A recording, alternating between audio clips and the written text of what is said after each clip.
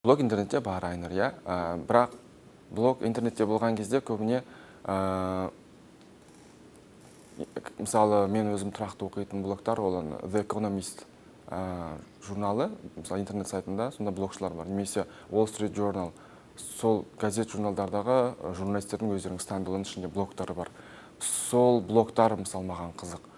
Одан бөлек енді бар, ит мысығын жазатын, жеген ішкенін жазатын, ол жақта да бар ол. Одан кейін бұрынғыда енді қарқын жоқ. Мысалы ол түсінікті, себебі social network келгеннен кейін бұрынғы блогосфера енді қазір ол жоқ. Оның бәрі болжады. Блогшылар қазір салалық тақырыпқа көше бастады. Бізге де ол келіп жатыр деп ойлаймын.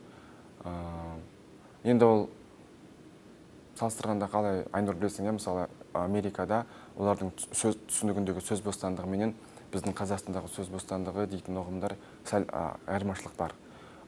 Жұрт ол жақта саясатты көп талқылайды. Қазақстанда әлі де болса адамдар саясатты интернетте көп талқылай қоймайды. Бізде edutainment дейді, немесе entertainment дейді.